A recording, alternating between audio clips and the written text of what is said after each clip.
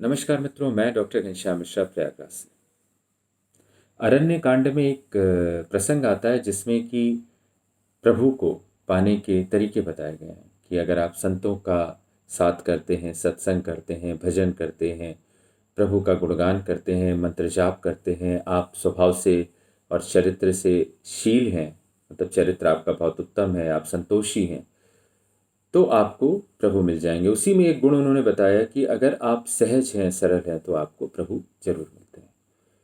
तो इसी में एक प्रसंग याद आया कि एक बार एक व्यक्ति था, वो घर में बैठा रहता था, सिवाय खाने का और कुछ नहीं करता था। खाता था, सो जाता था, खाता था, सो जाता था। पूरे घर वाले उससे परेशान। उन्होंने कहा, भाई या तो इससे काम करवाओ या फिर इसको खाना मत दो। खाना नहीं दो यह संभव था, तो उन्होंने कहा कि भाई तुम जाओ घर छोड़ के।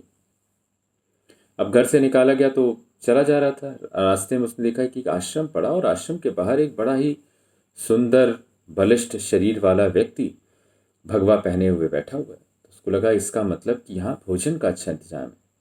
तब तक देखा 3-4 और अंदर से निकल के आ रहे हैं उस आश्रम से, वो सब भी बड़े सुंदर बलिष्ठ। तो उसने कहा, अरे ये तो बहुत अच्छी जगह है। तो वो जाके उनसे कहता है कि महाराज, हमें भी अपने आश्रम में जगह दे दीजिए, हम रहना चाहते हैं। तो उन्होंने पूछा, क्यों? क्या हम यहीं रहना चाहते हैं, घर से निकाल दिए गए। और क्या, ठीक है, इसको दीक्षा दे दो, कंठी दे दो, भगवान का जाप किया करो सुबह शाम। तो कैसा भोजन? क्या भोजन पंगत लगेगी तो खा लेना। क्या बस एक पंगत? कह रहे तुम 2 पंगत में खा लेना, 3 में खा लेना फिर। अब वो वहां रहने लगा। उसको लगा ये तो बड़ा अच्छा है, बस भगवान का भजन करो और मनचाहा खूब छक के भोजन करो। ऐसे ही चलता रहा। एक दिन उसने देखा कि सब सो रहे हैं, कहीं कुछ हरकत नहीं हो रही। भंडारा जो है वहां पर कहीं कुछ भगोना नहीं चढ़ रहा, कोई आग नहीं चल रही। तो उसने आके कहा, महाराज आज रसोइया कुछ बना नहीं रहा है। तो उन्होंने कहा, हाँ बताना भूल गए थे, आज तो एकादशी है। क्या एकादशी? क्या हाँ भाई, एकादशी के दिन हमारे यहाँ कुछ खाया नहीं जाता। तो क्या महाराज, हमारी तो अगर एकादशी हो गई तो हम तो द्वादशी न देख पाएंगे। महाराज ने कहा, अरे अच्छा देखो, ऐसा है भाई कि तुम एक काम करो, भंडारे से तुम सामान ले लो, आटा आलू घी वी सब ले लो, नमक ले लो, और जाके नदी किनारे बना दो, यहाँ तो बनेगा नहीं। और प्रसाद समझ के खाना भाई, है ना? तो भगवान को अर्पण कर देना, खा लेना। खुशी खुशी गया भंडारे में। तो साहब वो 2.5 सेर आटा और आलू और घी नमक लेके वो चले गए। जाके नदी में उन्होंने स्नान किया। स्नान करने के बाद उन्होंने बनाया। बनाने के बाद जब वो रोटी और वो सब बना लिया उन्होंने, तो उन्होंने कहा, अरे गुरु जी ने तो कहा था भाई भोग लगाना। तो भूख बहुत तेज लग रही थी। फिर उन्होंने कहा कि प्रभु राम आप आइए, भोग ग्रहण करिए। कोई हरकत नहीं हुई। थोड़ी देर उनका, भाई प्रभु राम आइए, मुझे भी बहुत तेज भूख लग रही है और आप आइए। कहीं कुछ हरकत। फिर उनका, देखिए प्रभु, आप पकवान खाने के आदी हो चुके हैं, लेकिन ये सूखी रोटी है, जो बना है आके प्रसाद ग्रहण कर लीजिए और फिर हमको भी खाने दीजिए, क्योंकि हमको बहुत भूख लगी। कहीं कुछ हरकत नहीं। तो उससे नहीं रहा गया। उसने कहा, अच्छा आप इस चक्कर में हैं कि आपको मंदिर में पकवान मिलेगा, पर आप भूल जाइए क्योंकि आज वहाँ एकादशी है और कुछ नहीं मिलेगा, तो जो है वो यही है, आके खा लीजिए। इस बात पर भगवान रीझ गए। उन्होंने कहा कि चलो आते हैं। तो भगवान माँ सीता के साथ प्रकट हुए, भव्य रूप। अब इन्होंने जब वो भगवान राम को माँ सीता के साथ देखा तो इनका तो दिल बैठ गया। उन्होंने कहा, बुलाया तो एक को था, खाना तो इंतजाम मैंने एक का किया था, पर ये तो 2 लोग आ गए भाई। खैर, उन्होंने कहा, आइए प्रभु बैठिए, आपको देखकर बहुत अच्छा लग रहा है, लेकिन हमने तो इंतजाम एक ही का किया था। खैर चलिए बैठिए, थोड़ा कम ही खाएंगे हम। और खिलाया। प्रभु ने भी खुशी खुशी खाया। उसके बाद उन्होंने कहा कि प्रभु अब आप अगली बार एकादशी में आ जाइएगा, लेकिन अब हम समझ गए हैं कि आप 2 लोगों से आते हो, तो हम 2 लोगों के हिसाब से खाना बनाएंगे। ठीक है। और प्रणाम किया। उसके बाद अपना सब सामान बटोरा, चले आए। अच्छा, उनको लगा कि गुरुजी को क्या बताएं, क्योंकि गुरुजी को तो पता ही होगा, क्योंकि उन्होंने ही तो कहा था कि प्रसाद भगवान को चढ़ा के तभी खाना। लेट गए। 1 महीने बाद जब दोबारा एकादशी आई तो गुरुजी से कहा कि गुरुजी आज हम जा रहे हैं, लेकिन थोड़ा सा राशन जो है वो ज़्यादा दिला देना। क्यों? क्या वो ज़्यादा लोग आ जाते हैं? तो उनका ठीक है 3.5 किलो ले जाओ। अब ये 3.5 किलो लेके गए और जब इन्होंने जाके नहा धो के बनाया, बनाने के बाद इन्होंने फिर टेर लगाई प्रभु को कि प्रभु आइए भोजन करिए। तो प्रभु अब की बार बिना विलंब किए आ गए। लेकिन जब इन्होंने देखा तो इन्होंने देखा कि सीता जी बाईं तरफ है और दाईं तरफ एक और सुकुमार है। तो उन्होंने कहा प्रभु ये कौन?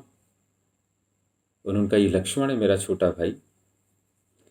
क्या प्रभु आप भी कमाल हो, पिछली बार 1 को बुलाया तो 2 लोगों को लेके आ गए, अब की बार 2 को आपने वादा किया था तो आप 3 को लेके आ गए। अब भाई भोग तो हम आपको लगाते हैं, पूरे खानदान को तो नहीं लगाते। प्रभु मुस्कुराए, लेकिन खैर उन्होंने कहा अच्छा ये बैठिए, आप बढ़ा के लाए थे लेकिन अब यार हम थोड़ा भूखे रह जाएंगे। खैर प्रभु ने खाया तो जाने लगे। तो क्या देखो प्रभु अब की बार भाई एक बात है, आप तुरंत बुलाने पर आ जाइएगा। और अब आपने बता दिया है कि आपके एक भाई भी हैं, तो भाई अब हमें पता चल गया 3 लोग, लेकिन अब बस 3 लोग। अगली बार जब एकादशी पड़ी तो उन्होंने गुरुजी से कहा गुरुजी वो ज़्यादा लोग आ जाते हैं तो 7 किलो हमको दे दो। गुरुजी ने कहा ये ज़रूर बेच खाता है। तो उन्होंने कहा भंडारे से कि 8 किलो दो भाई इसको। और पीछे पीछे गए। अब की बार क्या हुआ कि पंडित जी जो हमारे थे इन्होंने बनाया नहीं, इन्होंने वो सब रखा, स्नान किया और उन्होंने कहा आइए प्रभु। तो प्रभु पूरा राम दरबार लेके सीता जी, लक्ष्मण जी, भरत जी, शत्रुघ्न जी और हनुमान जी को लेकर प्रकट हो गए। तो उन्होंने कहा देखा, हमने समझ लिया था कि आपको 1 को बुलाओ तो 2 आते हो, 2 को बुलाओ तो 3 आते हो, अब की बार भी कुछ आप करोगे। लेकिन इस बार हमने भी चतुरता करी, हमने बनाया ही नहीं। तो भगवान ने कहा भाई क्यों नहीं बनाया? क्या मिलना तो वैसे भी नहीं है, तो अब आप बनाओ और आप ही खाओ। तो प्रभु ने कहा कि अरे अब देखिए भक्त और भगवान का भोलापन और उसका रिश्ता श्रद्धा का, कि भरत जी जो है उन्होंने रसोई संभाल ली, सीता जी बैठ गई, लक्ष्मण जी और शत्रुघ्न जी लकड़ी लाने लगे और हनुमान जी जो है वो किचन जो था, रसोईया था, उसको साफ करने लगे। और ये आँख बंद करके पेड़ के नीचे बैठ गए। तो भगवान ने कहा आँख काहे नहीं खोल रहे? कह रहे जब मिलना ही नहीं है तो उसको देख के क्या फायदा। अच्छा इधर गुरुजी ने देखा तो गुरुजी ने कहा भाई तुम यहाँ ऐसे लेटे हुए हो क्या कर रहे हो? क्योंकि गुरुजी को तो और कुछ दिख नहीं रहा था। तो गुरुजी ने कहा कि भाई क्या तुम बड़बड़ कर रहे हो? तो उसने कहा अरे देखो ना, आपकी हम आपसे कहते रहते थे 1 को बुलाओ 2 आता है, 2 को बुलाओ 3 आता है, अब तो अब की बार ये बंदर को भी ले आए। तो गुरुजी कहते हैं भाई मुझे तो दिख नहीं रहा। तो ये व्यक्ति भगवान राम की तरफ मुखातिब होकर कहता है ये तो और अन्याय कर रहे हो भाई आप। एक तो गुरुजी जो हैं वो हमारे आए हुए, उनको आप दिख नहीं रहे हो, और सारा अनाज वनाज तो हम वहीं से लेके आए। तो उन्होंने कहा नहीं गुरुजी को नहीं दिखेंगे हम। कह रहे गुरुजी हमारे गुरुजी हैं भाई, उनको बहुत ज्ञान है, उनको बहुत आता है, हमको तो कुछ नहीं आता। क्या तुमको कुछ नहीं आता? गुरुजी को बहुत आता है, मानते हैं विद्वान, लेकिन तुम सरल हो। और सरल व्यक्ति के पास ईश्वर बहुत आसानी से चले जाते हैं। गुरुजी रोने लगे।